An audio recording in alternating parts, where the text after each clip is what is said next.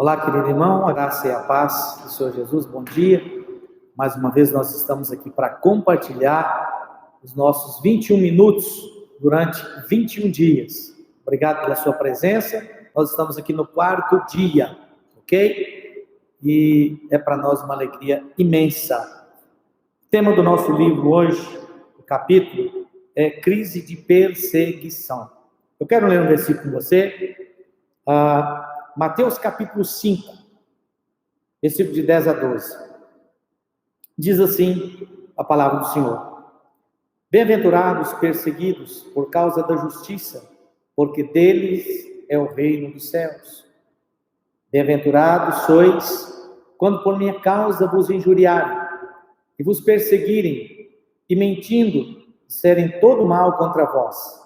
Regozijai-vos e exultai, porque é grande o vosso galardão nos céus. Pois assim, antes de vós, perseguiram os profetas que vieram antes de vós.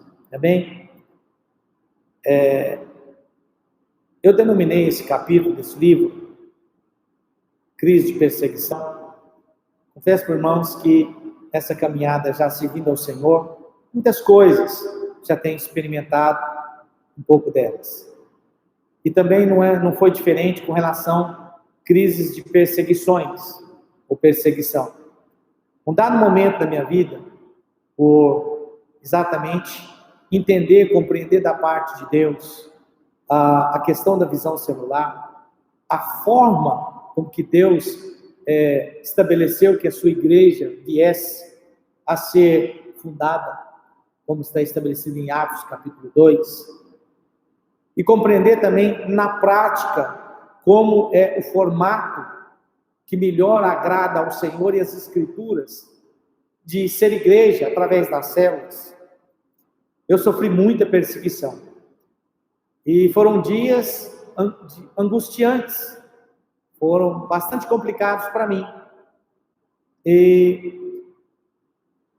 Jesus, depois de estar ali orando já um tempo, passando por aquela situação tão adversa, sendo incompreendido por poder estar agora praticando aquilo que o Senhor tinha aberto meus olhos com relação à visão celular, na prática de viver o Evangelho no formato do Novo Testamento. E Deus trouxe um alento muito grande ao meu coração quando eu li esse versículo nas Escrituras. Está no Sermão do Monte, das Bem-aventuranças, e uma parte começa aí no versículo 5, ele fala: bem-aventurados os perseguidos. Nós estamos falando aqui de crise de perseguição. Jesus está falando aqui: bem-aventurados os perseguidos por causa da justiça, porque deles é o reino dos céus. Bem-aventurados sois quando por minha causa vos injuriarem e vos perseguirem, e mentindo disserem todo mal contra vós. Era o que estava literalmente acontecendo comigo.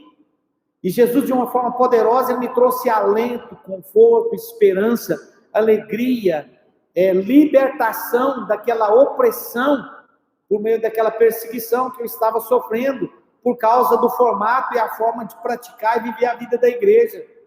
Impressionante. E ele termina o versículo dizendo que eu era bem-aventurado por causa disso. Ele diz: regozijai-vos e exultai, porque grande é o vosso galardão nos céus. Por quê? Eu deveria me regozijar, me exultar, por causa de que o que eu estava padecendo e sofrendo, essa perseguição, isso traria para mim peso de glória e recompensa de galardão nos céus. E ele termina dizendo: não pense que você é esse e que você está sendo único nessa situação. Quando ele finaliza o versículo, na parte 12, de Mateus capítulo 5, ele diz: pois assim perseguiram aos profetas que vieram antes de vós. Uau!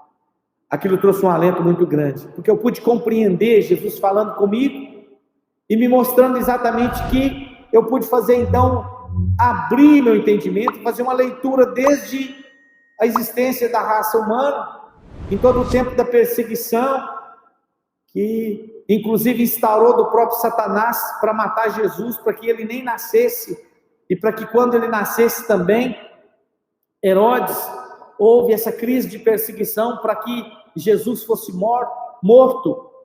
E aí então Herodes dá a instrução aos reis magos para saber a localização exata onde a criança, que no caso ali era Jesus, estava, porque Herodes já tinha imbuído no coração de Satanás. Satanás imbuiu ali o coração de Herodes a matar Jesus. E os reis magos, por divina providência e intervenção de Deus, vai por outros caminhos. E Herodes percebe que ele foi enganado, e os magos, os reis, os 3 reis não passaram de volta, e então ele, enfurecido, Herodes determina aquela prática da morte de toda criança que tivesse de 7 anos abaixo. Olha que loucura!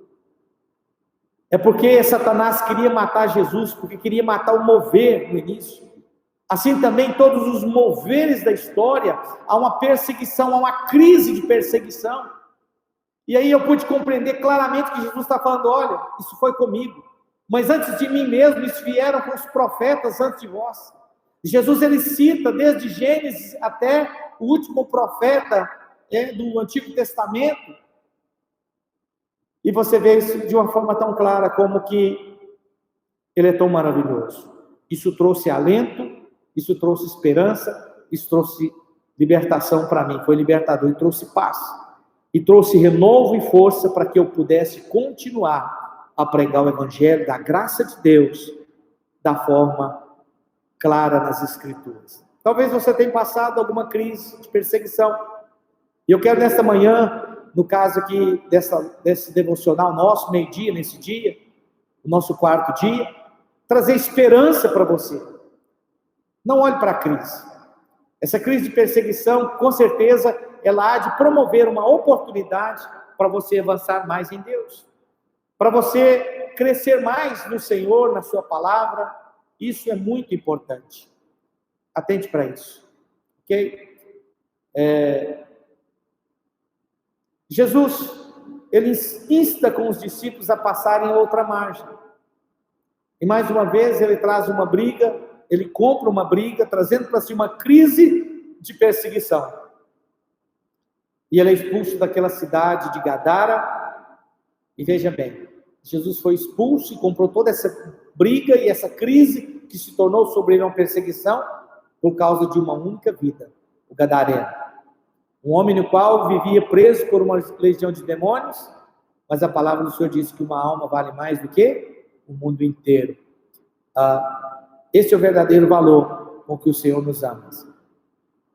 De igual forma, quando nós seguimos ao Senhor e aceitamos a seguir a Cristo na sua caminhada, passamos para outra margem. Mas o fato de passar para outra margem também vem sobre nós perseguições. Enfrentamos perseguições. Eu não digo literalmente os mesmos reveses que Cristo passou, as mesmas perseguições que Cristo passou. Por mais perseguições que temos, hoje é muito pouco. Podemos ressaltar e ver nas Escrituras que apenas os apóstolos passaram. Pedro, por exemplo, foi crucificado, e no momento da sua crucificação, ele não permitiu que fosse crucificado da forma de Cristo, porque ele não era digno de ser crucificado como Cristo. E por isso ele pediu ser crucificado de cabeça para baixo. Outros passados a espada, como Tiago. Outros a flechadas, outros cerrados ao meio. Enfim.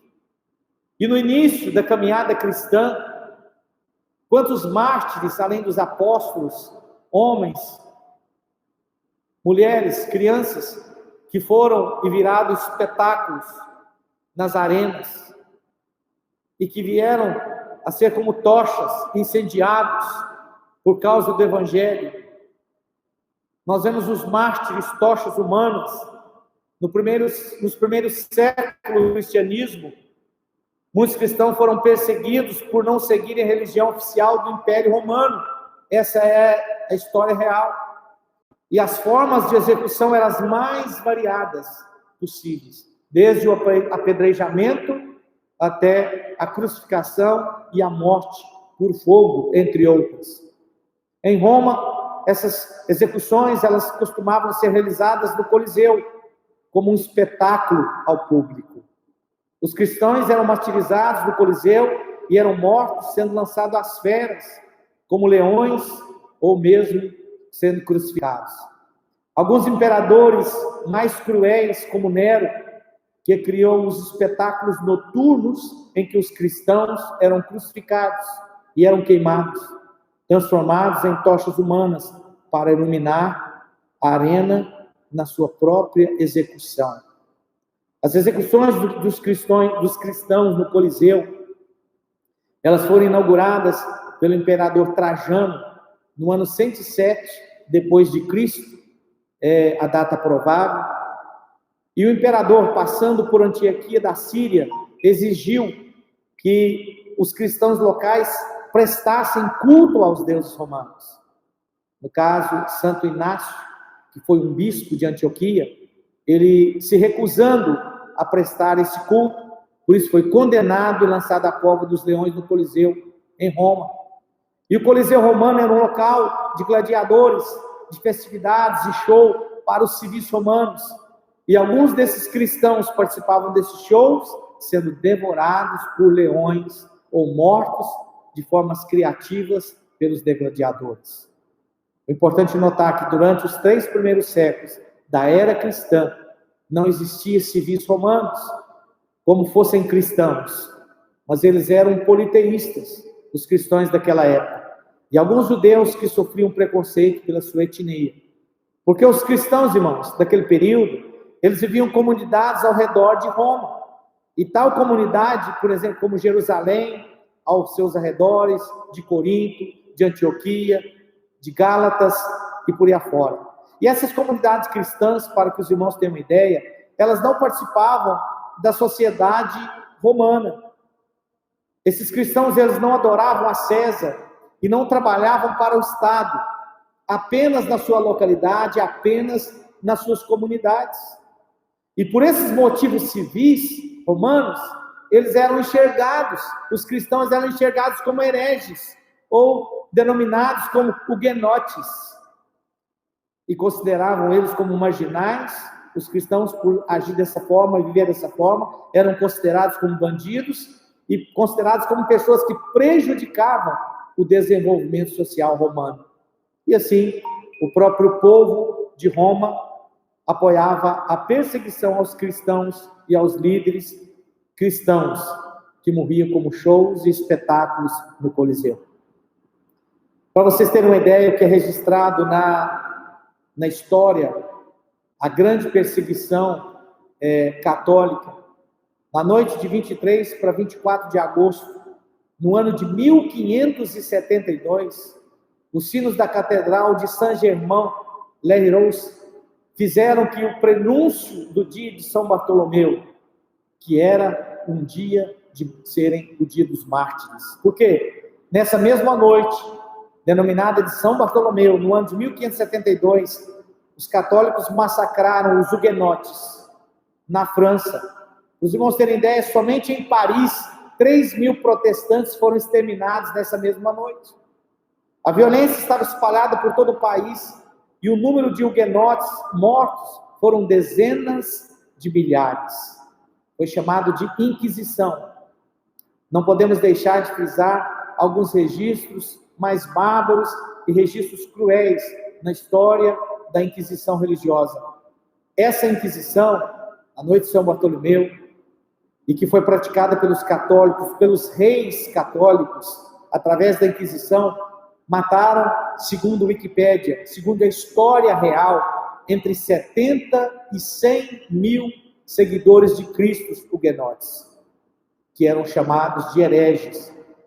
Isso foi denominado o massacre da noite de São Bartolomeu.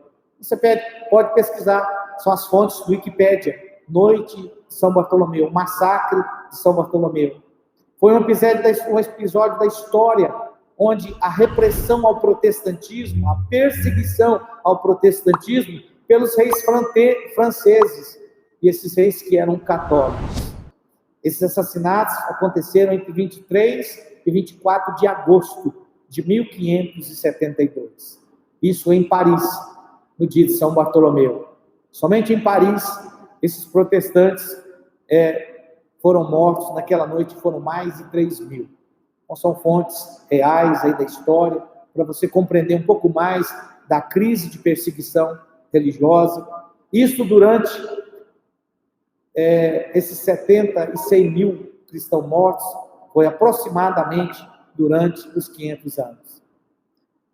A Revolução Francesa também aglutinou entre 16 e 40.000 cristãos mortos. Podemos falar de Mao Tse-tung, Hitler, Stalin e Pol Pot, não é nem necessário falar. Em um olhar ao presente, nós podemos ver mais recente na nossa história, o Fidel Castro, ainda hoje herói das esquerdas, e tão bajulado pelos governos. Fidel Castro mandou para o paredão cerca de 17.000 pessoas, sem falar dos milhares que morreram afogados ao tentar fugir da ilha de Cuba. São fontes da história registrada no Wikipédia. E os mártires? Quantos foram apedrejados e perderam a vida por causa das perseguições? A tradição cristã falava em centenas de milhares e milhões de cristãos que o Império Romano haviam vitimado entre a perseguição de Nero, que foi no ano de 64 depois de Cristo, até a revogação das leis de Diocleciano e pelo Edito de Milão no ano 313. Enfrentar, para você ter ideia, os sérios desafios e promover a proteção por meio da fé. Muitas pessoas não reivindicam a condição de perseguição em prol do evangelho da sua causa. Olha, esse é o grande desafio que nós enfrentamos. Os Atos da Igreja, ou os Atos dos Apóstolos, está registrado no livro da Bíblia Sagrada. Eu quero dizer para você, é preciso a gente vencer e passar outra margem. Quando passamos a outra margem, seguindo a Cristo, nós somos também perseguidos. Ok? Uma coisa que eu gosto muito de comentar, que o que vai determinar o meu sucesso e o seu fracasso, o que vai